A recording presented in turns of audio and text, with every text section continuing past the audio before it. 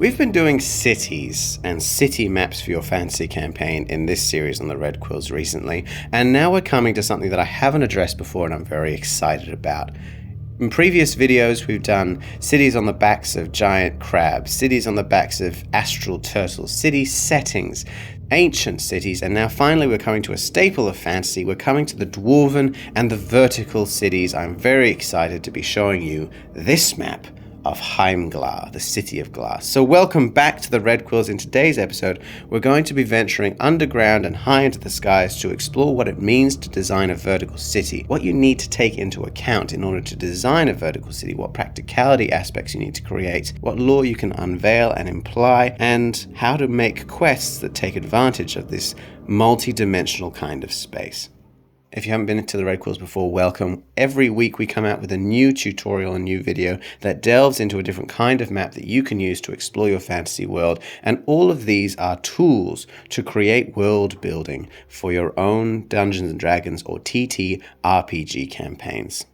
So grab your pens, grab your paints, get ready to create, and we're going to delve straight down into the earth to this map of Glaston.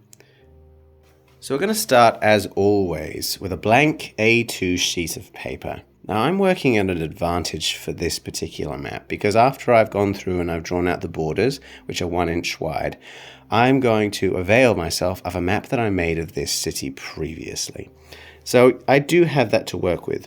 But what I'm going to be doing today is I'm going to be improving on the previous map. I'm going to be adding in some horizontal sketches as well as the original vertical sketch. I'm going to be adding in more detail, talking about more lore, and creating some quests for it as well. So I'll be talking about the principles that you can bring into your own map and that can benefit you when exploring your world. Now, as always with these maps, I'm going to start with a pencil sketch. I would recommend that you do it yourself. In this particular case, I'm going to divide the largest portion of the map into being the vertical sketch itself, so that when your players read it, they get an idea of the scale of the city and the general topography of it. Because it's an underground city, we need to keep in mind that it has a lot of chaotic features that you will need to navigate when you're finding your way through the city.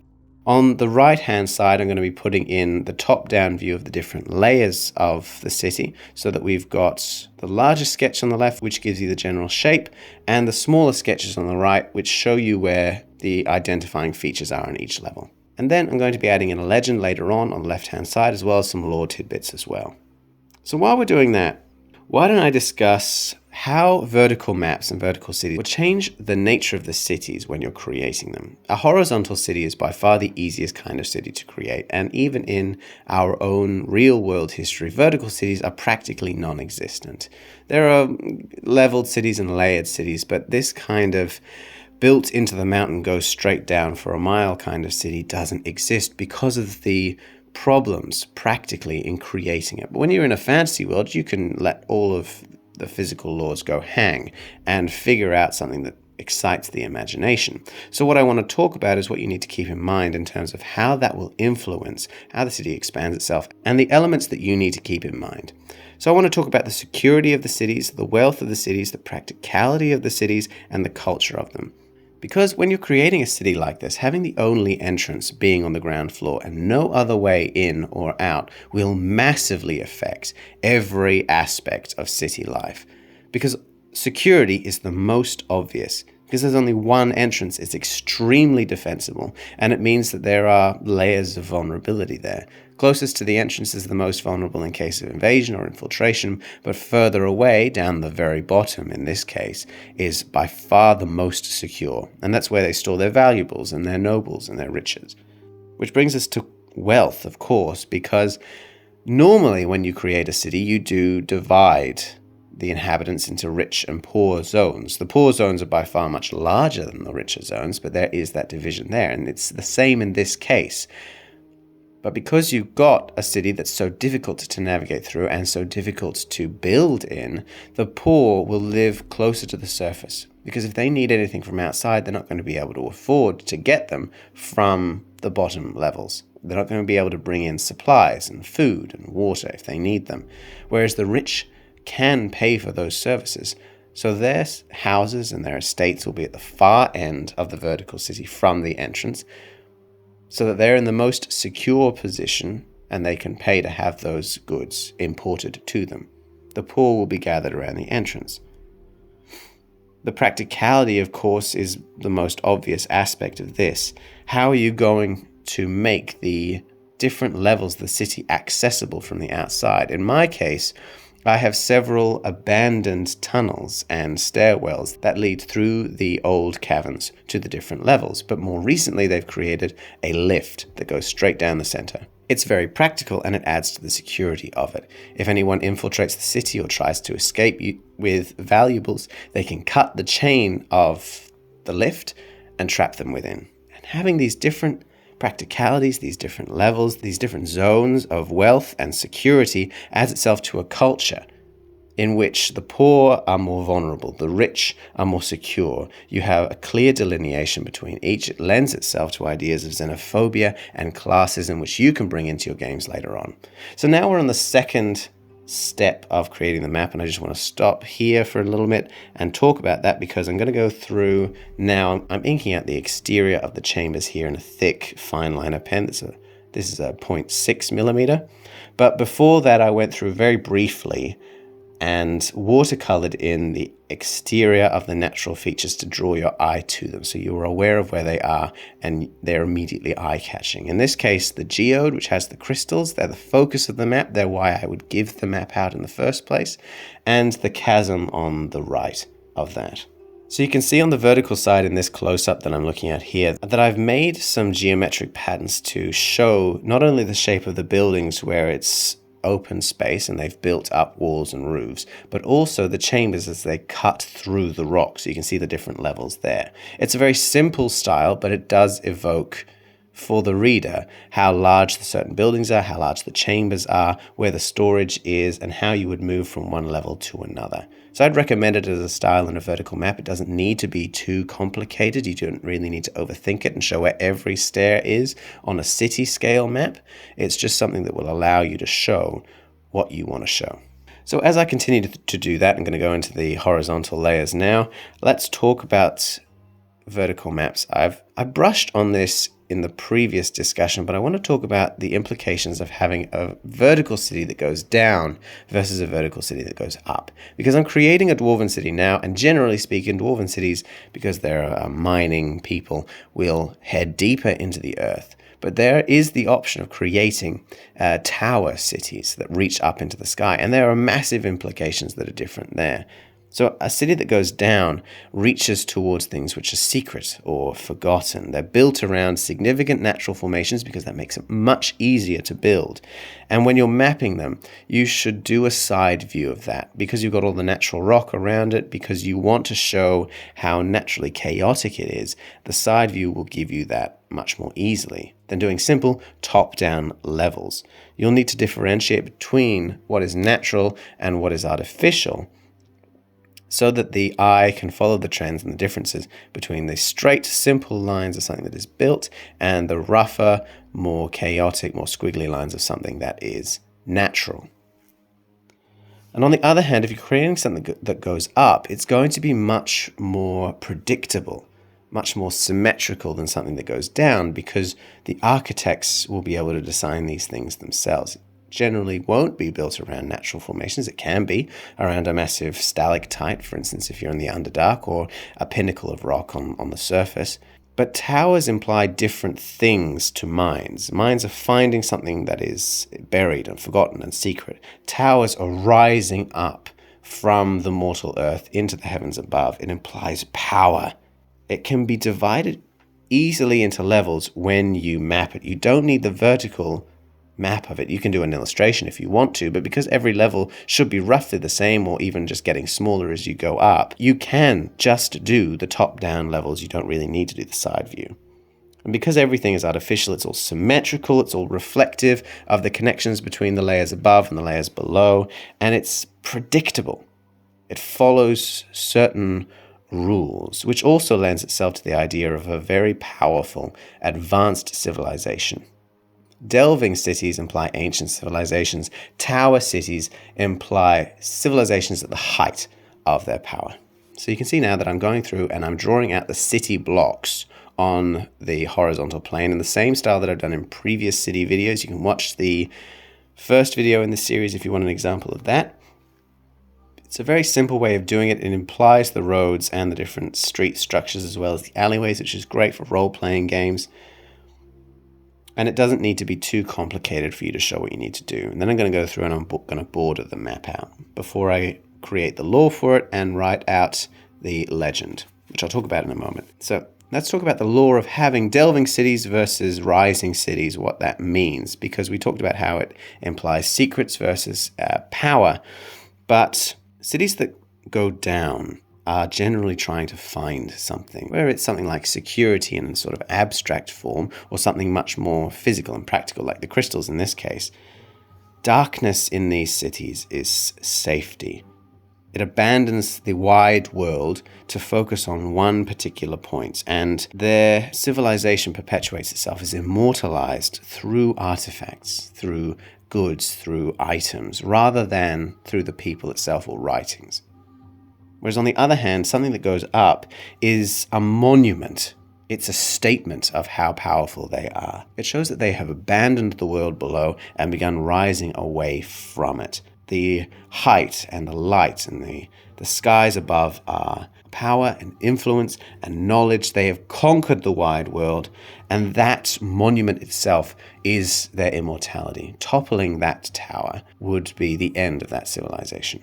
Whereas you can't topple something like a mine. You can collapse it, but collapsing something on the scale of this city would be very, very difficult as opposed to toppling a tower. So it implies a kind of pride there as well.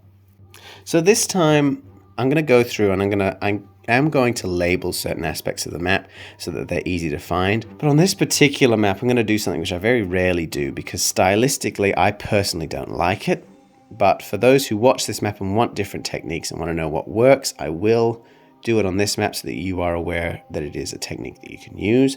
I'm going to, in the legend on the left-hand side, I'm going to make a list of numbers. Each of the numbers will correspond to a significant location or a building.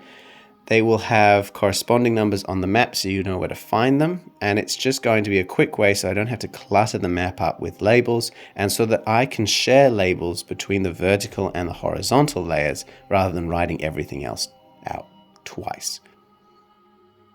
So if I have a label on the vertical map, it's building number 3. I don't need to write out the full label on the vertical map. I can just write number 3 on the vertical and the horizontal and then write it in the legend. So I'd recommend that when you're creating a city that has multiple views of the same plane, you can continue to do that. It will save you a lot of time. It will make the map less cluttered. So I'm most of the way through now, and I think this is a great opportunity for us to talk about this map as a case study, how I would create quests around it, what the lore is, what are the practical aspects that I've taken into consideration when making it. So the city of glass is built, in this case, around a massive cracked geode that some explorers found at the bottom of a chasm. The chasm is the best part of a mile deep, and at the bottom, this geode extends for at least a few hundred feet on either side. So they found it, they found the crystals within there magical, and they decided to create a mine for it. But the more they mined, the more they realized how valuable the crystals were. So they created a fortress to protect it. As that fortress grew, it turned into a city. And that growth from mine to fortress to city can be shown in the different levels, the different functions they're in. They have a lot of buildings now which lend themselves and can only be used in a city, but the outline of the lowest levels is very defensive, which reflects the fortress aspect of the early city. And as you go further and further up, it becomes more and more chaotic, or, and the top levels, more economic, as they try to keep the outside world from coming within while still trading with them for food and goods. Let's bring up the overview of the city now. You can see that this is the outline of the map that I've got. On the right-hand side, you can see the different levels. I've got a commercial level, gold level, and the stone level. And that also reflects the lore of the city. On the top is the commercial level, because that is the common level. That's the level that a city needs that a fortress wouldn't. The gold level is a nod to the more secure area of the city being deeper within. It's where the rich live, it's where they trade and where they store their goods. And the stone level is the old fortifications. It's where people will retreat to if they're attacked, and it's where they store the most valuable possessions that they have, which are the crystals themselves. And on the left-hand side, you can see that the largest parts of the maps are the natural landscape, the chasm and the geode. And then I've got several layers that they share, particular significant locations like the glass house and the prison on the different sides of the bottom, the foundries and the markets towards the top. And on the very top level, I have the gates, the economic goods exchange, which is a really practical aspect to having the entrance to the city. And it allows me to really control who comes in and who comes out. So one of the things that I kept in mind as I created this city is that one of the quests that I wanted to have is giving the players the impetus to head in and try to steal one of these crystals. The whole city is built around protecting them, but the crystals are incredibly valuable, and I wanted to give them the opportunity to heist an entire city. How they would do that, how they would approach that kind of problem. So the first part of that was designing the layered city. The entrance to the economic goods exchange is really easy to get into, but it's not easy to get past. Then once you're past that initial barrier, the city itself is like a beehive. People don't question once you're inside, as long as you get past without being seen. And of course, getting from the commercial and the gold levels into the stone levels, from that sort of more city area to the fortress area, is another barrier. And then finally getting from that into the geode itself is the final task. So you've got 3 layers of city here that you need to get through, each of them more difficult or more nuanced than the last, so that they can have a challenge that approaches them in different ways and they have to approach in different ways. And then finally, once they've got the crystal, getting out again can be really, really easy, or it can be very, very difficult. If they can just take the lift up, there's no problems at all. But if the lift is removed and they need to climb the city manually, then that makes things much, much more difficult. So in that way, I've created a heist on the level of an entire city. A quest that will take up at least several sessions, in which I can introduce NPCs in the forms of the guards or the informants, traitors within, people that they can try to fool or charm onto their side. So I'm adding the final touches onto the map now. You can see that I've done the labels on the left-hand side, and now I'm going in and doing the lore. Because I previously worked on the city, it's very easy for me to come up with. And I've tried to make this map stylistically look like something that I could give to a bunch of adventurers. So that the colors are very simple. They could be found easily in the world. The runes on the outside are Dwarven in origin. You know, this could be the beginning of a given quest. They find themselves in a tavern listening to stories about these mystical lamps that are made with magic crystals. The lamps are incredibly valuable. They can only be found in this one particular city. And suddenly into their laps falls this map. How to get into the city and how to get out. So, we've finished. This is the map of Heimglah, or Glasston, the city of glass, the vertical map that takes into account all the practicality of making a city that has one entrance and one exit, that goes down deep into the earth. We also discuss what it means to have a city that goes up, that rises out of the earth. I might do a map on that later on. If you do want a map like that, let me know in the comments, because otherwise I'll just put it off for a little bit while I work on other projects. Now, we've been working on city maps at the Red Quills for quite some time. I hope that these are coming in useful to you. Next week, we have another map, another city map. We are finally going to be talking about doing an isometric map of a modern urban setting. So you can use it in any urban TTRPGs that you might be playing.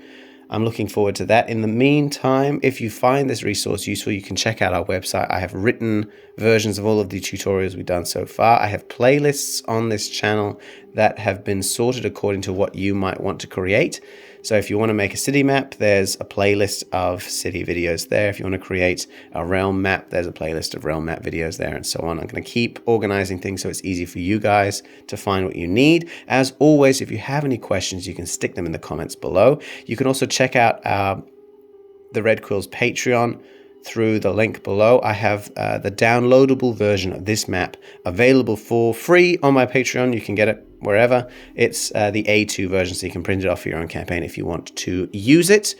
I also want to tease here that I'm working on the quest that I mentioned before, the stealing of the crystal from the city into a module that you can use in your own games. I'm going to be making some grid maps for that, but that's in a few weeks' time. Let me know if you're interested in that. Otherwise, hit that like and subscribe button. Thank you for joining me for this tutorial of the Red Quills. I'll see you next week.